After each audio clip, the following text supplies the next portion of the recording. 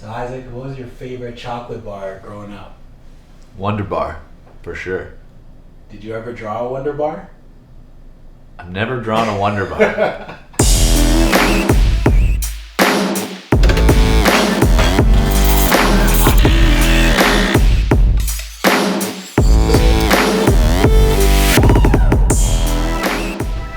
What's up, everyone? Welcome back. Coffee with D-Ray. D-Ray here, of course.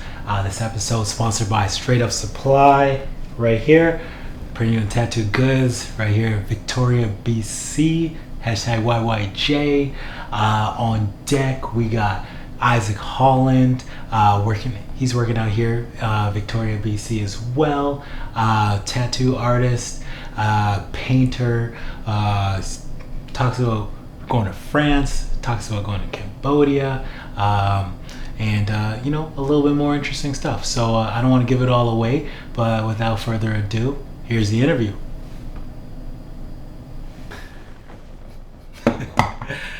All right, Isaac, welcome. Thanks for taking the time. Thank you for having me. All right. For those of you who don't know, Isaac's a tattoo artist, cool dude, does some very nice work. Painter, legit artist, for real. So Isaac, for those of you who don't know you, tell us a little bit about yourself. I think you just did it. I do tattoos, visual art. I like to travel around and paint on walls. Okay. Yeah. Tell us a little bit about your creative process. Like do you have an idea and then you okay, I'm gonna draw this out, or do you have to be in the zone? For painting? Yeah. So painting for me, I think all the philosophical questions I have and everything, I'm just kind of working that out. Okay. When I'm making a painting. It deals with the idea of something rather than nothing, Okay. Yeah. A little deep. Yeah. What about for tattoos? Tattoos is more of a compromise, I think, with the client. Okay. I always want to give them what they want, but I want to be able to push style too. Right. So yeah. How do you talk to them about that? So if they're like, oh, I really want this infinity symbol. Yeah. If it's an infinity symbol, you just do the infinity symbol. Yeah. But say you have, you put your heart and soul into this drawing. Right. And then they're like, oh, well, I don't like this, I don't like that. Right. Is there a way to try to find a compromise with them? You just talk through it. Take a breath. Okay. See why they didn't like it, what they want changed, the reason behind. Right. Yeah, the idea. Okay. And sometimes you can explain to them why something would work as a tattoo, but not as a tattoo, but more as a drawing, and vice versa. Right. Absolutely. Yeah. Okay. All right. Be patient. What are your favorite pieces to tattoo? I know you enjoy doing your script. Right. But what else? I've been drawing a lot of severed heads lately. I've got to tattoo one of those. Crazy stuff that's a little bit out there, off the wall, weird Japanese demons, and then if I'm put a little twist on it. Okay. Yeah. Okay. Make the colors super weird. Okay. Cool. Yeah. Definitely originals. Yeah. More people should get severed heads. So you've been around. You went to France and Cambodia. So, yes. Tell us a little bit about those places and any art you might have done over there. Okay. Cambodia is the most recent. I was actually supposed to go back to Cambodia this December, but because of COVID, it doesn't look like that's going to happen. There's an art show happening there. I I went there the first time I went there was like 5 years ago. For my friends were releasing a documentary at the Cambodia Film Festival about my friend who's a Canadian Cambodian. Okay. Cool. Goes by Fonky. All right. And I went with them, had a great experience, saw all kinds of like extreme poverty, but had a lot of fun, and it was just like kind of eye-opening. So I was given the opportunity to go back, and Fonky was there, and he set up an art show for me. Nice. So we went there, did the art show, painted some walls, had a good time, and I raised some money for Princess Hermine's charity. For like 50% of the proceeds for the painting sold at the art show went to her. And I thought I was just going to give her the money. Yeah. Just, here you go. So I went to give her the money. And she was like, no, you're coming with me to the slums. And we're going to figure out how to spend this money together. So I went with her down there. And it was pretty crazy, you know. It was different, eye-opening. And we did some things for some people down there. And we got one guy wheelchair. Oh, okay. We sent another young woman to school for 6 months, and we bought a bunch of rice for a bunch of families. And yeah, that's dope. It was crazy. I was unexpected. I didn't. Mm-hmm. That's not what I thought was going to happen. Right. It wasn't like I'm going to go and do this. Rub shoulders with the princesses. Yeah. And I'm not. I wasn't going to go and like. Yeah. To the slums, I think. Yeah. It's not how you planned your vacation. It's not how I planned it, but it was amazing. Yeah. Yeah. Definitely. Yeah. Right? You get to see like good people and things like that. It's just, poverty's taking a toll on them. So. Yeah. But they were all pretty stoked though. They're all still living their best life. Yeah. Yeah. You were probably like a little celebrity in there. Yeah, it was weird. One of my buddies came. I told him what had happened, and he was there with me, and he was like, he's a filmmaker. Mm-hmm. So he's like, okay, we're going back tomorrow. And he came back, and he filmed a bunch of stuff. So that's going to be a thing at some point, like a short 5-minute thing, probably. Okay. Yeah. Cool. Well, so that's Cambodia. That's Cambodia. What about France? I heard you were painting some walls over there and doing all that, so yeah. Okay, so France, I've been to France the 4 times, I think. I always go back to the same place. Annecy. I've done several art shows there. Okay. I love that place. It's like in the French Alps. Beautiful lake. Nice. Old castle. The town's built around this super old castle. And I did one art show in Lyon. Okay. These are all hooked up by Adrian Fumex, who I met in Montreal through Fresh Paint Gallery, and he was he would run the gallery mostly, and he was also organizing Under Pressure for a few years, and now he's out there full time. Okay.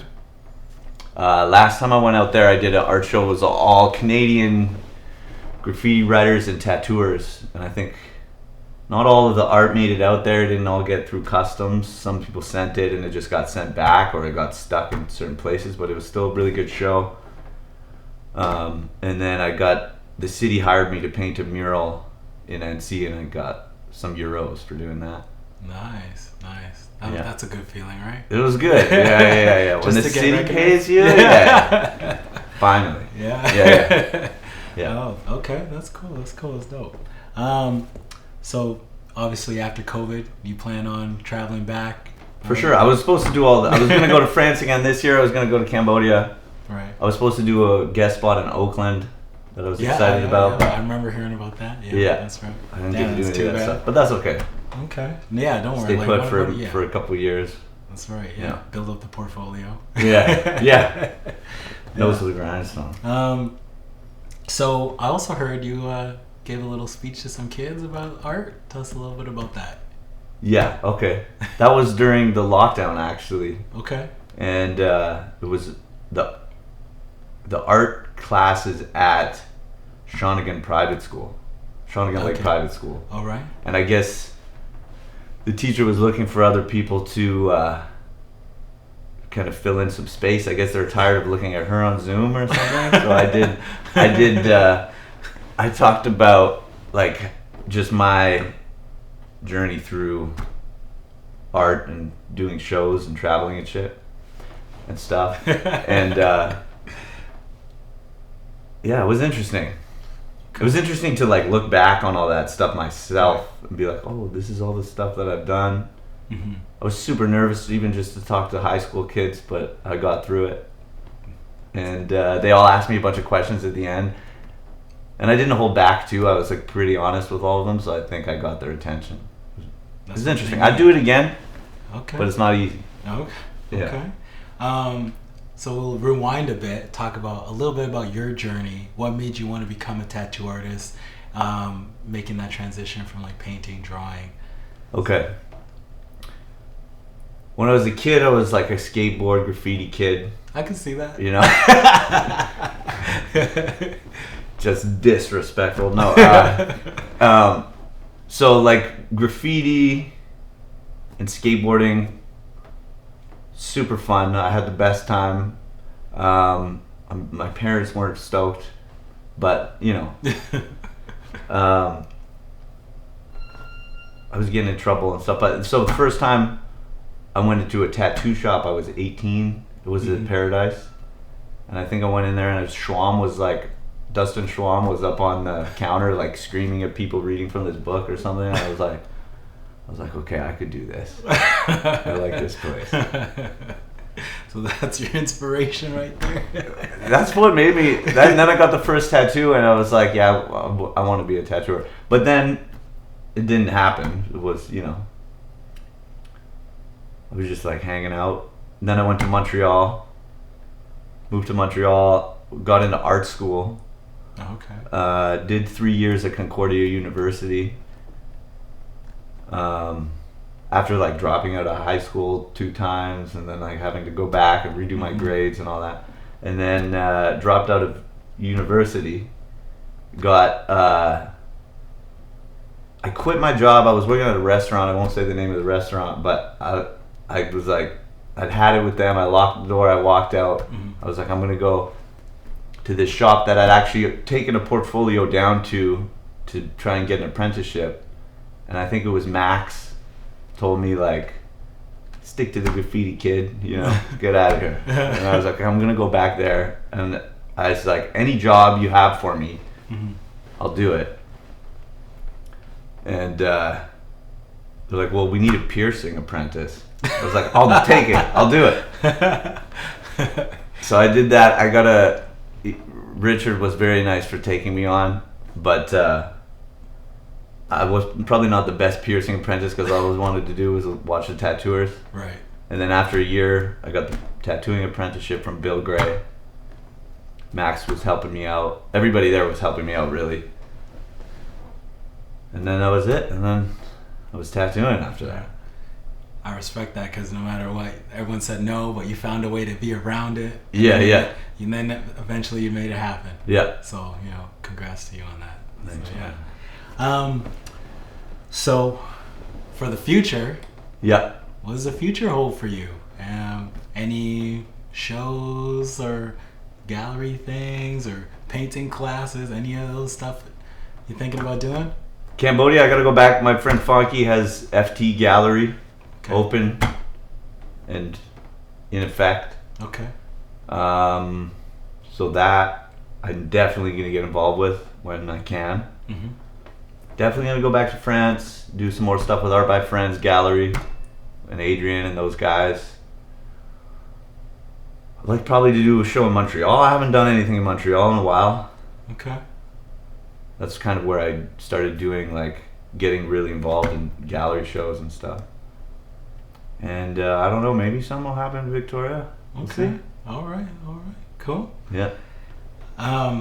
So I'll leave you with this one last question.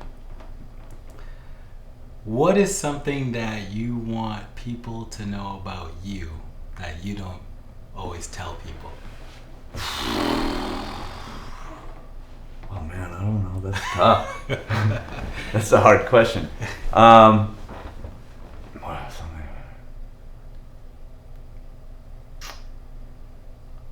Something about me that I want people to know? I don't know, man. Well, what do you think? Something that people should know about you. How about that?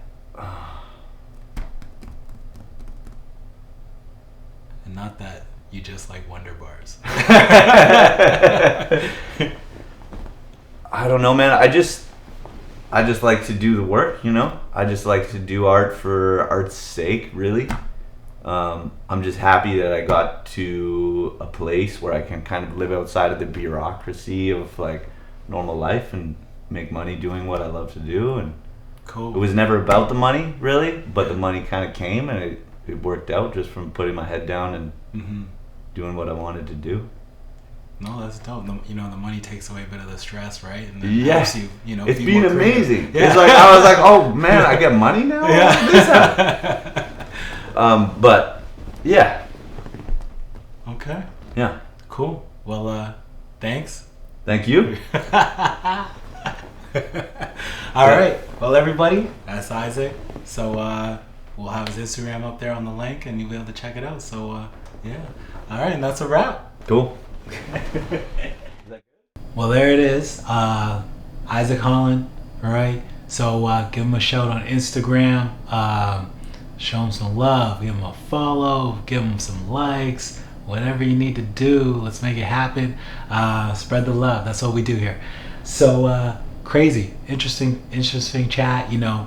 He's there rubbing shoulders with princesses. Giving back.